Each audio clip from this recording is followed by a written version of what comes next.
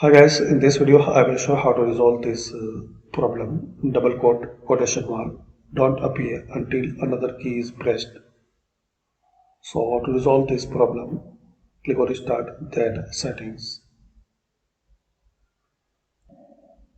Time and Language and Reason.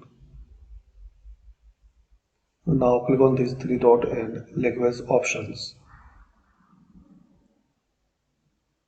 Underneath keyboards, add a keyboard. In this list guys, you have to find out this US QWERTY. I have already this one selected, so it's grey out. You will find this type of option. Add this US QWERTY. And if you have another keyboard like this one, so click this three dot and remove. And keep this US QWERTY. Now exit and restart your laptop or PC.